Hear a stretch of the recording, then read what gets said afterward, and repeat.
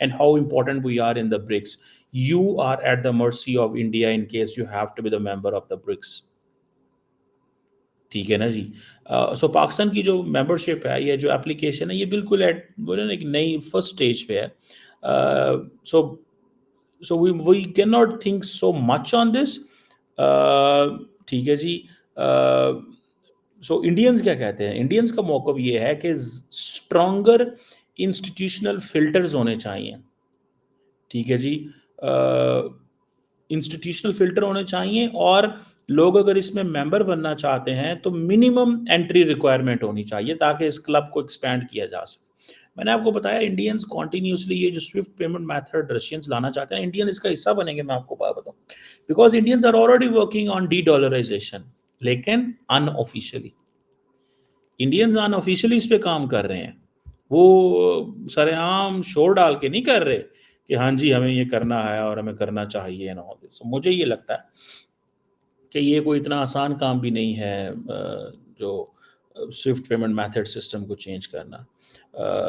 سو میرا خیال ہے کہ جو پاکستان کی جو ممبرشپ ہے اس میں وہ تھوڑی پری میچور سمجھی جا رہی ہے. لیکن پاکستان جو ہے وہ اگر ایس سی او کا ممبر ہو سکتا ہے تو why it can not be BRICS member. So it means کہ پاکستان جو ہے وہ اس کی اہمیت بڑھے گی. لیکن ظاہری بات ہے یہ اتنا بڑا کلب بن جائے گا.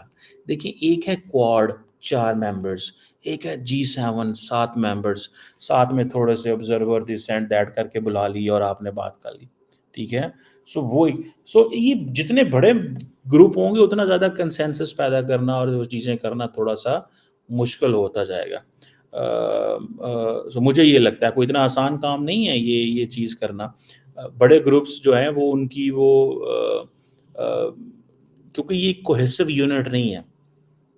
پولیٹیکلی الائنس ڈفرینٹ ہیں، ڈپلومیٹک ڈفرینٹ سوچ ہے، سوسائٹیل چیزیں ڈفرینٹ ہیں، ملیٹریلی ڈفرینٹ ہیں، اور کوئی لمبا چوڑا اکنامک چیز بھی نہیں، وہ اکنامک انسینٹو بھی نہیں ہے کہ جی ہاں ہم اس بلاک میں چلے جائیں گے تو کیا ہو جائے گا. سو برکس جو ہے as a counterweight to G7 ضرور ہے، لیکن ادر دین دیٹ اب دیکھیں نا ایک چائنا ہے، انڈیا ایک کمپلیٹلی ڈفرینٹ پوزیشن لیتا ہے، برازیل ڈفرینٹ پوزیشن لیتا ہے. چائنا اور انڈیا کی اپنی ایک اسٹریٹجک رائیولری ہے جس نے بیسیکلی گروپس جو برکس کا گروپ ہے اس کو کمزور کیا because they don't share the same method. Why Jaishankar was in S C O because he was telling China کہ یہ جو شنگھائی بیسڈ آرگنائزیشن ہے ہم اس کو اتنی لفٹ نہیں کراتے. تو in fact India weakened S C O کو کمزور کیا نا، اپنا وزن دکھایا. اسی طرح برکس کو بھی انڈیا نے بہت حد تک لائٹ رکھا ہے، لیکن for the sake of Russia ان کو وہ کرنا پڑتا ہے. سو جسے کہتے ہیں نا کہ یہ ہے. سو چائنا کی جو ڈومیننس ہے اس کے اوپر کام کیا جا رہا ہے اس وقت. چائنا چاہتا ہے ہماری ڈومیننس ہو. ٹھیک ہے جی. کیونکہ چائنیز بھی یہ کہتے ہیں کہ انڈینز جو ہیں وہ بہت زیادہ قریب ہیں امریکہ کے، جس کی وجہ سے برکس جو ہے it is not a good block جسے ہم چیزیں ڈرائیو کر سکیں. ٹھیک ہے. چائنا انڈیا اپنے آلٹرنیٹ گلوبل ساؤتھ کو بھی اہمیت دے رہا ہے. ٹھیک ہے جی.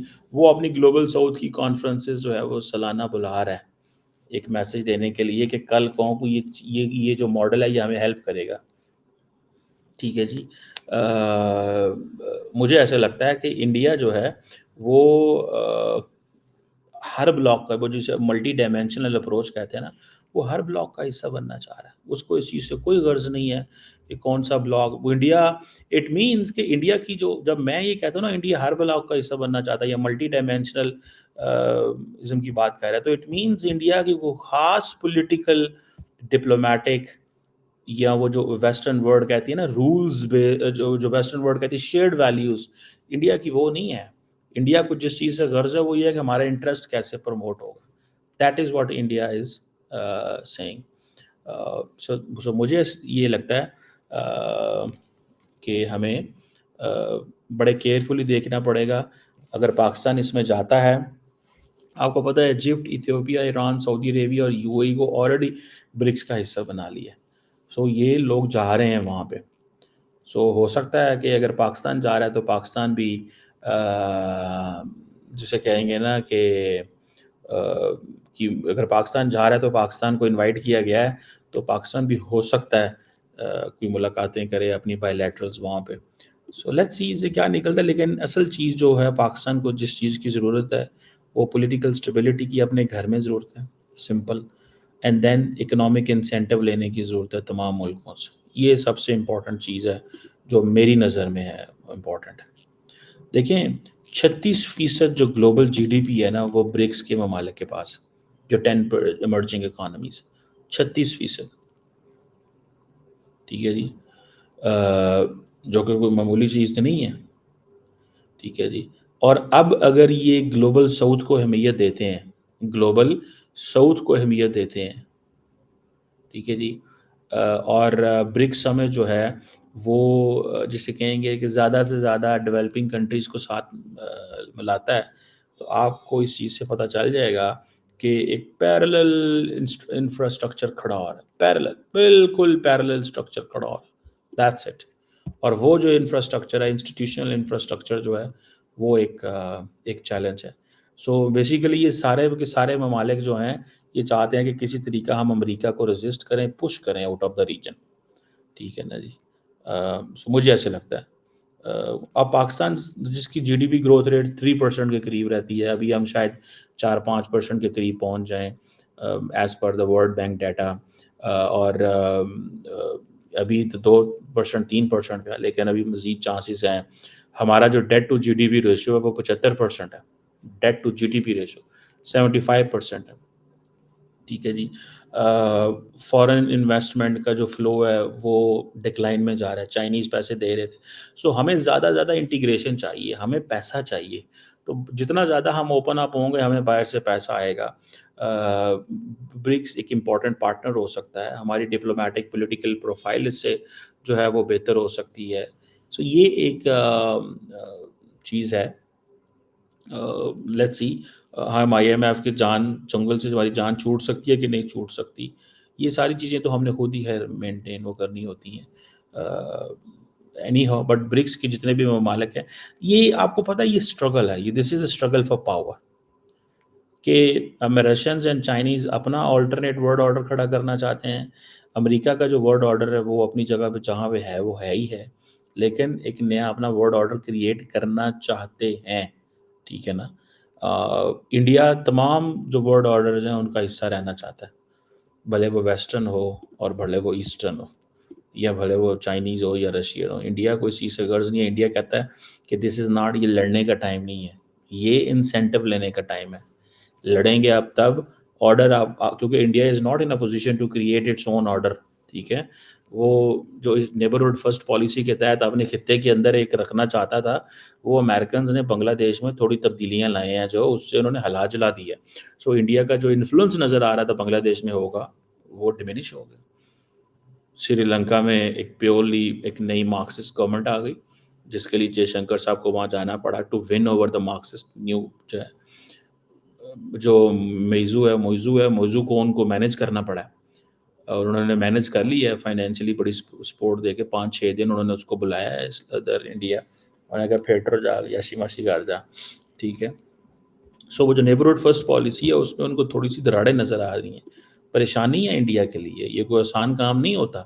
دیکھیں انڈینز جو ہیں, اور یہ میری اسیسمنٹ یہ ہے کہ انڈیا میں think to engage with Pakistan. ظاہری بات ہے اس کے لیے تھوڑا سا ان کو پرائم منسٹر مودی کو اپنی اگر لیگیسی چھوڑنا چاہتے ہیں تو ان کو تھوڑی سی ایک اپروچ اڈاپٹ کرنی پڑے گی پاکستان کی طرف. اف انڈیا از ایبل انف کہ ٹھیک ہے جی, ہم نے مودی صاحب یہ کہہ سکتے ہیں کہ ہم نے 10-12 سال پاکستان کو ٹف ٹائم دے کے ان کا موڈ چینج کیا, بیہیویئر ہوئی, ہم نے کورژن, ٹھیک ہے نا, استعمال کیا ایز اے ٹول, تاکہ ہم ان کو بتا سکیں کہ پائیں تھوڑے پاکستان کو ہم کہہ سکیں کہ آپ ٹھیک طریقے سے ہمارے ساتھ چلو. آپ وہ ٹھیک طریقے سے چلتے ہیں. انڈیا یہ کہہ سکتا ہے کل کو جب پاکستان کے ساتھ حالات ٹھیک ہونے پہ انڈیا کو جسٹیفائی کرنا پڑتا ہے. آپ کو پتہ ہے یہ چیزیں ہوتی ہیں. ٹھیک ہے نا. تو لیٹس سی اس میں کیا نکلتا ہے اور کیا نہیں نکلتا. بٹ